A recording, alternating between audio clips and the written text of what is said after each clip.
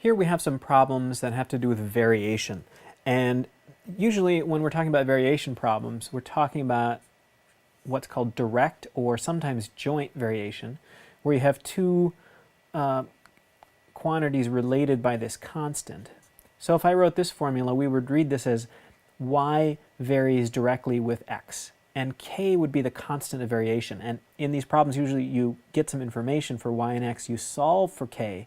Then you use that k to solve for either y or x with given some additional information. Now, things can vary directly or jointly with more than one thing. So you could say y varies directly or jointly with x and the square of t. Or you could say x varies directly or jointly with y.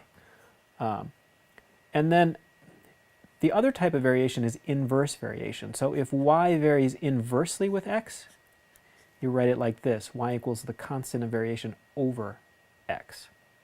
So let's see if we can solve a few of these. The first one says x varies jointly with y. So we would write that x equals the constant of variation times y.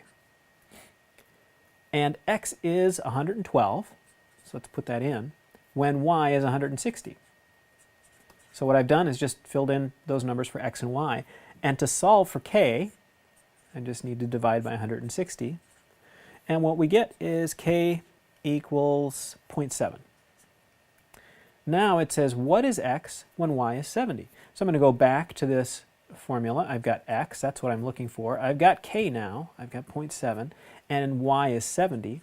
So x will be 0.7 times 70, and that is 49.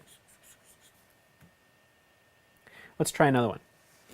This one says, if s varies jointly with t and the square of u. So s varies jointly with t and the square of u. So we got s equals k times t times u squared. And s is 700 when t is 7 and u is 5. But remember, we've got to square that because it's u squared. And then it's going to ask us to find s with some other numbers. But let's stop here and figure out what this constant is. So we'd take 700, divide it by 7, divide it by 25. You're going to get k equals 4. Now it says find s when t is 9 and u is 6. So we'll put in our k, which is 4 now.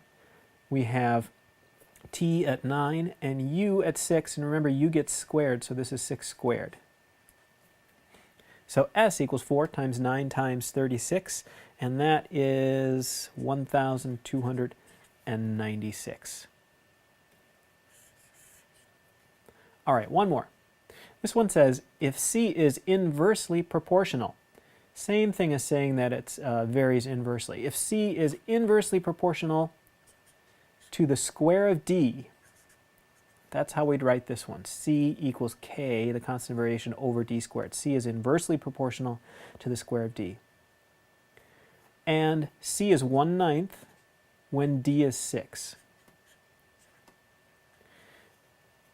So we'd multiply both sides by 36 here, and 1/9 times 36, I think you're going to find k is 4.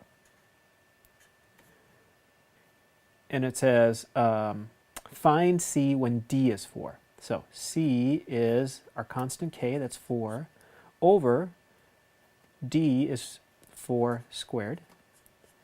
So 4 divided by 4 squared, that's going to be 1/4. So that's a little bit of work with direct and inverse or joint variation. My name is Larry. I'm a teacher at EdVisions off campus. It's an online project-based school in Minnesota. If you're interested, you can check us out on the web at lovethisSchool.org. Thanks.